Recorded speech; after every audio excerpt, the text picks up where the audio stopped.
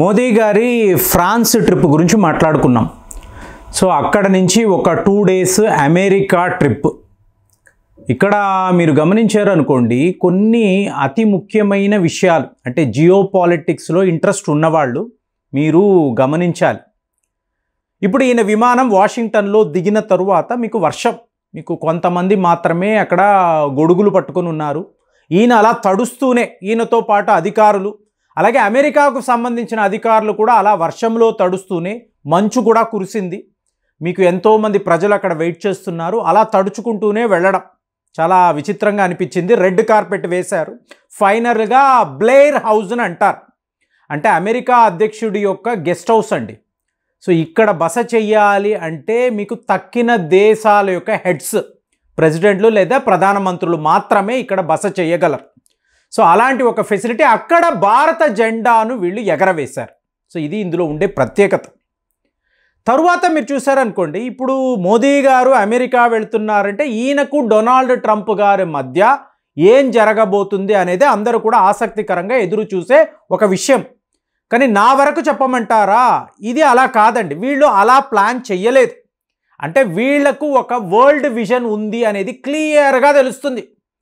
మీకు Donald Trump ఈ ప్రపంచాన్ని ఎలా చూస్తున్నారు అంటే, శక్తివంతమైన దేశాలు ఏవి, వాటి నాయకులు ఎవరు, వీళ్ళు ప్రపంచాన్ని ఎలాగ పరిపాలించబోతున్నారు, ఇదే నేను చెప్తున్నా. డొనాల్డ్ ట్రంప్ రావడం నుంచి నాకు అనిపించింది ఏంటంటే, పవర్ అట్రాక్ట్స్ పవర్.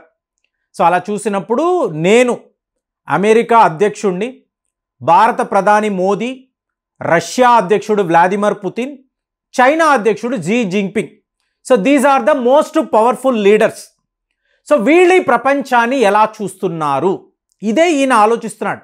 దాని ప్రకారమే అడుగడుగున ఇప్పుడు ఒకవేళ రష్యా, భారత్, చైనా మా అమెరికాను శత్రువుగా చూస్తే మేము మీ మీద టారిఫ్స్ విధిస్తాము, లేదా ఫ్రెండ్లీగా ఉండాలి అనుకుంటే నేను స్వాగతిస్తాను, మన మధ్య వ్యవహారం ఉండాలి. ఈ చిన్న చితకా దేశాలతో మనకు సంబంధం లేదు. ఇప్పుడు అక్కడ ప్రెస్ మీట్ జరుగుతుంది, మీకు డొనాల్డ్ ట్రంప్ గారు, మోదీ గారు కూర్చొని ఉన్నారు. మీకు ఒక విలేకరి డొనాల్డ్ ట్రంప్ గారిని అడుగుతున్నారు, ఏమండి ఈ బంగ్లాదేశ్ వ్యవహారం ఏంటండి, అమెరికాలో ఉండే డీప్ స్టేట్ వీళ్ళే బంగ్లాదేశ్ షేక్ హసీనా యొక్క ప్రభుత్వాన్ని కూల్చారు, రీజిమ్ చేంజ్ అని అంటారు చూసారా, ఇలా వీళ్ళే మహమ్మద్ యూనిస్ని తీసుకొచ్చారు అంటున్నారు కదా, మరి మీ ఆలోచన ఏంటి, మీరు ఏం చెయ్యబోతున్నారు అంటే, మా డీప్ స్టేటా, సో దీని గురించి నేను మాట్లాడడానికి పెద్దగా ఇష్టపడడం లేదు. మోరోవర్ బంగ్లాదేశ్ లాంటి దేశాన్ని మా ప్రధానమంత్రి గారు ఉన్నారు, మోదీ గారు చూసుకుంటారు, మేము ఇన్వాల్వ్ అవ్వాల్సిన అవసరమే లేదు అంటే, ఆఫ్టర్ ఆల్ బంగ్లాదేశ్, దీని విషయంలో నేనేంటి, పొరుగు దేశం భారత్ ఉంది కదా, మా మిత్రుడు మోదీ గారు ఉన్నారు కదా, వాళ్ళు చూసుకుంటారులేండి. ఇది ఇతని వైఖరి. చూడండి, క్లియర్గా మనం ఎలా ఆలోచిస్తున్నామో టాలీ అవుతుంది. అలాగే చూడండి, ఈయన బ్లేర్ హౌస్లో మోదీ గారు బస చేస్తున్నారు. దీనికి ముందే వీళ్ళు ఒక సెట్టింగ్ చేశారు. ఏమిటి, తులసి గబార్డ్ అనబడే ఒక భారత సంతతికి చెందిన మహిళ, ఈవిడని డైరెక్టర్ ఆఫ్ నేషనల్ ఇంటెలిజెన్స్.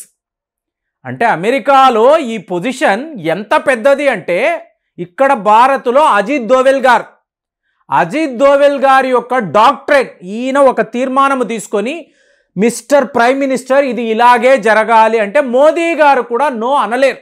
ఎందుకంటే దేశానికి సంబంధించిన భద్రత, రక్షణ వ్యవస్థ, ఈ విషయంలో నో కాంప్రమైజ్. మీ అనుభవము, మీ నాలెడ్జ్, మీరు మీ శత్రువులను ఎలా చూస్తున్నారు. అజిత్ దోవెల్ గారు డైరెక్ట్గా మన దేశ ప్రధానమంత్రికి మాత్రమే రిపోర్టింగ్ చేస్తారండి, వేరే ఎవరితో ఈయన మాట్లాడాల్సిన అవసరమే లేదు. సరిగ్గా అమెరికాలో ఈ Tulsi Gabbard director of national intelligence, ఈవిడ యొక్క అండర్లో మీకు FBI ఉంటుందండి, federal bureau of investigation, CIA ఉంటుంది, సెంట్రల్ ఇంటెలిజెన్స్ ఏజెన్సీ. ఇలాగ ఎన్నో ఇంటెలిజెన్స్ వర్గాలు ఈవిడికి రిపోర్ట్ చేస్తారు. అంటే ఆ పదవి ఎలాంటిదో చూడండి. ఒక మహిళ, ప్రాబబ్లీ ద సెకండ్ విమెన్ అనుకున్నాను, ఈవిడికి ఇంత పెద్ద బాధ్యత ఇచ్చి, అది ఒక భారత సంతతికి చెందిన మహిళ, మోదీ గారు రాబోతున్నారు, ముందే ఈవిడని అపాయింట్ చేశారు. ఈవిడ నేరుగా బ్లేర్ హౌస్కి వెళ్ళి మోదీ గారిని కలుస్తున్నారు. అంటే చూడండి, నేను ఒకలా ఆలోచించుకున్నాను, సరిగ్గా వీళ్ళు చేస్తున్న పనులంతా కూడా అలాగే మ్యాచ్ అవుతున్నాయి. ఈవిడ వెళ్ళిన ఆవిడ ఏంటి ఈవిడ పని? ఈవిడ ఒక ఇంటెలిజెన్స్ అధికారి. ఈవిడ మీ దేశ ప్రధానమంత్రిని కలుస్తున్నారు. ఏం మాట్లాడతారండి? ఫస్ట్ విషయం గ్లోబల్ టెర్రరిజం. కాశ్మీర్లో ఈ తీవ్రవాదులు ఎవరెవరు ఏమేమి చేస్తున్నారు, వీళ్ళను ఎలా ఆపాలి? ఎందుకు? గ్లోబల్ టెర్రరిజం ఇది. రేపు హమాస్ కూడా కాశ్మీర్ దాకా రావచ్చు, నేనే మాట్లాడాను. కాబట్టి హమాస్ అన్నప్పుడు మిడిల్ ఈస్ట్ అంటే గ్లోబల్ తీవ్రవాదము. నెక్స్ట్ ఖాలిస్తాన్ అంటే కెనడా అమెరికాలో ఉండే ఖాలిస్తాన్ తీవ్రవాదం. వీళ్ళ యొక్క మూలాలు ఎక్కడ? ఈ పన్నూన్ అనేవాడు ఏం చేస్తున్నాడు? కెనడాలో ఇన్నిన్ని మీకు మరణాలేంటి? ఈ గ్యాంగ్ వార్స్ ఏంటి? పాకిస్తాన్ యొక్క ఐఎస్ఐ లింక్ ఏంటి? ఇదంతా వీళ్ళు చర్చ అంటే మెయిన్ మీటింగ్ ఇదేనండి. మనం ఏమనుకుంటున్నాము, మోదీ గారు ట్రంప్ గారిని కలుస్తారు. కాదు, ఇక్కడ తులసి గాబాడ్తో అత్యంత కీలకమైన విషయాలు నరేంద్ర మోదీ గారు మాట్లాడారు. సో ఈవిడతో అయిపోయింది. అంటే ఏంటి? జాతీయ భద్రత, గ్లోబల్ టెర్రరిజంని ఎలా ఆపాలి, దీనికి ఏమిటి ప్లాన్ అంటే చూడండి. ఈయన వచ్చిన తరువాత అజిత్ దోవెల్ గారు అమెరికా వెళ్తారు. అంటే మీరు 100% చూడండి. నెక్స్ట్ లెవెల్లో చూసారు అనుకోండి, ఈలాన్ మస్క్ ఈయన వెళ్ళి మోదీ గారిని కలుస్తున్నారు. సో ఇమీడియట్గా స్పేస్ టూరిజం, అలాగే ఈలాన్ మస్క్ యొక్క రాకెట్, టెస్లా కార్లు భారత్లోకి రాబోతుంది. దానికి ముందే మహేంద్ర వాళ్ళు వరస పెట్టి ఎలక్ట్రిక్ వెహికల్స్ని లాంచ్ చేసి పడేశారు. అంటే టెస్లా రావడానికి ముందరే ఇక్కడ మన భారతదేశానికి చెందిన కంపెనీ ఒక అద్భుతాన్ని సృష్టించింది. సో ఇప్పుడు ఈయన వాడు చూడండి, ఆ చిన్న పిల్లాడు, 4 ఏళ్ల పిల్లాడు, వాడిని ఎక్స్ అని చెప్పి పిలుస్తున్నారు. మొన్న ఓవెల్ హౌస్లో అంత ముఖ్యమైన మీటింగ్ జరుగుతుంది. మీ దేశ అధ్యక్షుడు కూర్చొని ఉన్నాడు.